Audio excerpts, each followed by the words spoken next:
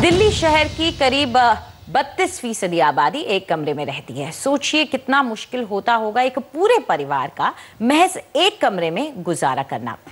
लेकिन करे भी क्या, उनकी मजबूरी है। अगर कहीं किसी तरह से किश्तों पर मकान खरीदना भी चाहते हो तो ब्याज की दरें ही मार देती हैं या फिर घर की कीमत पहुंच के एकदम बाहर ही होती है। ऐसे में किफायती मकान दिलवाने की जिम्मेदारी को क्या हमारी देश की सरकार पूरा कर पा रही है या नहीं?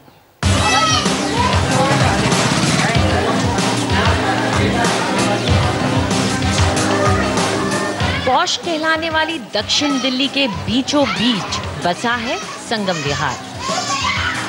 ड्राइवर बलदेव सिंह यहाँ करीब 30 साल से रह रहे हैं। 1984 में जब वो यहाँ आए तो यहाँ के किसान अपनी जमीन के प्लॉट काट काट कर बेच रहे थे। दिल्ली में इतनी सस्ती जमीन पर अपना मकान, उनका तो जैसे सपना सच हो गया।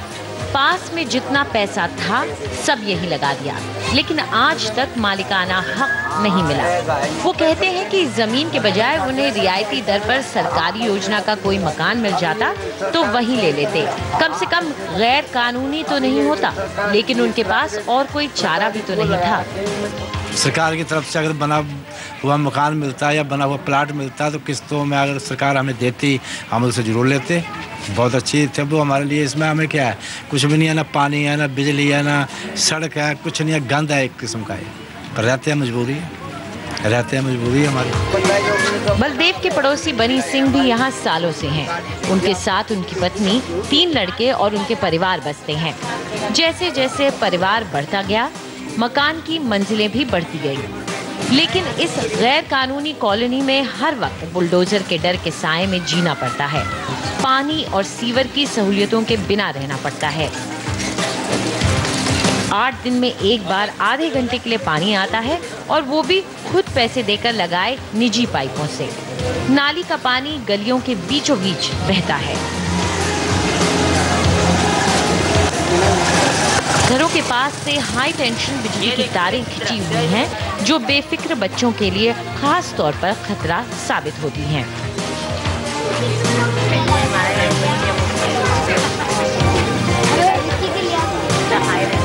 इन सारी मुसीबतों के बावजूद बनी सिंह, बलदेव और न जाने कितने ऐसे परिवार यही रहने को मजबूर हैं। और कई लोग तो यहाँ पर बिना रजिस्ट्री के, पावर ऑफ अटर्नी के भरोसे पर लाखों लगाने के लिए भी तैयार हैं। ये समझ पाना बेहद मुश्किल है कि आखिर लोग क्यों लाखों रुपए खर्च करके और कभी कभी तो 1 करोड़ तक खर्च करके यहाँ पर प्लॉट खरीदते हैं, और वो भी ऐसी जगह जो कि इलीगल है, अनियमित है और उस प्लॉट पे उनका नाम भी नहीं है। लेकिन अगर सोचा जाए तो बात समझ में आ जाती है। आखिर इनके लिए दिल्ली जैसी जगह में अपने लिए एक घर खरीदना आसान काम नहीं है। मुद्दा सिर्फ ये नहीं कि कानून की नज़र में इनकी कॉलोनी की क्या हैसियत है। सवाल ये है कि आखिर ऐसी कॉलोनियाँ देश भर में और खास तौर पर शहरों में क्यों पनपती हैं। निम्न आय के लोग हैं, उनमें एक सरकार की एक बहुत ही प्रोएक्टिव और डायरेक्ट इंटरवेंशन की ज़रूरत होती है। लेकिन एक बहुत बड़ी संख्या है उन लोगों की जो कि इस आय वर्ग के थोड़े ऊपर हैं, लेकिन वो मीडियम इनकम ग्रुप के नीचे हैं। तो वो एक बहुत बड़ी संख्या है और वो बड़ी तेज़ी से उसमें वृद्धि भी हो रही है।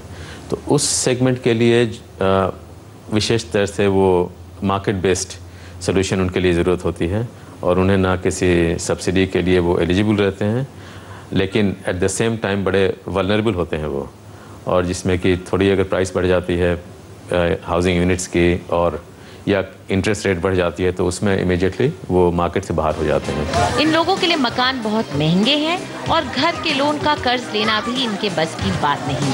ऐसे में किफायती दर पर घर देने की सरकारी योजनाएं हमेशा जरूरत के सामने बहुत छोटी ही नजर आती हैं। हाल ही में दिल्ली सरकार के आंकड़ों से पता चला कि दिल्ली के शहरी और ग्रामीण इलाकों की करीब 32% आबादी एक कमरे में रहती है, जबकि लगभग 30% 2 कमरों के घरों में रहती है।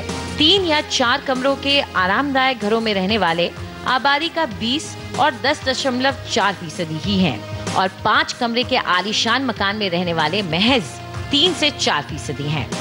दिल्ली के ये आंकड़े बताते हैं कि किस तरह शहरी आबादी की रिहाइश की जरूरतें पूरी नहीं हो पा रही हैं।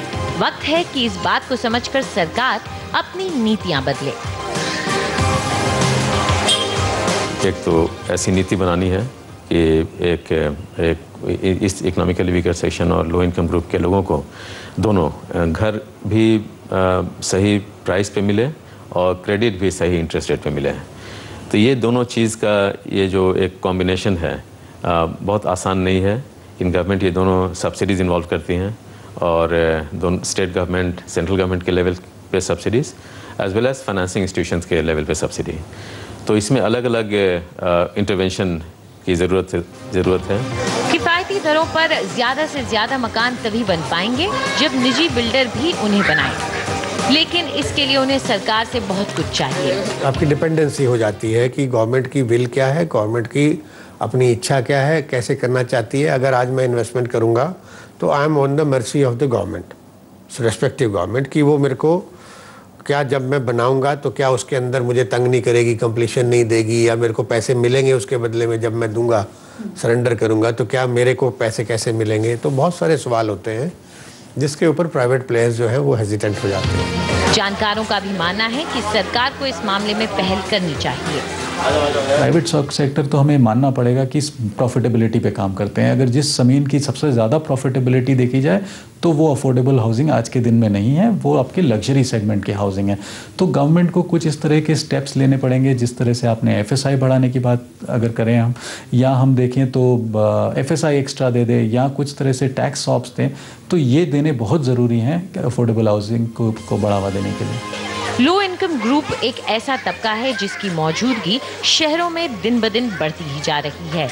ये शहर के आर्थिक चक्र का एक अहम हिस्सा हैं। इनके लिए जब तक रिहाइश की जरूरतें पूरी नहीं होती तब तक ये शहर झुग्गियों और अवैध कॉलोनियों के बोझ से जूझते ही रहेंगे।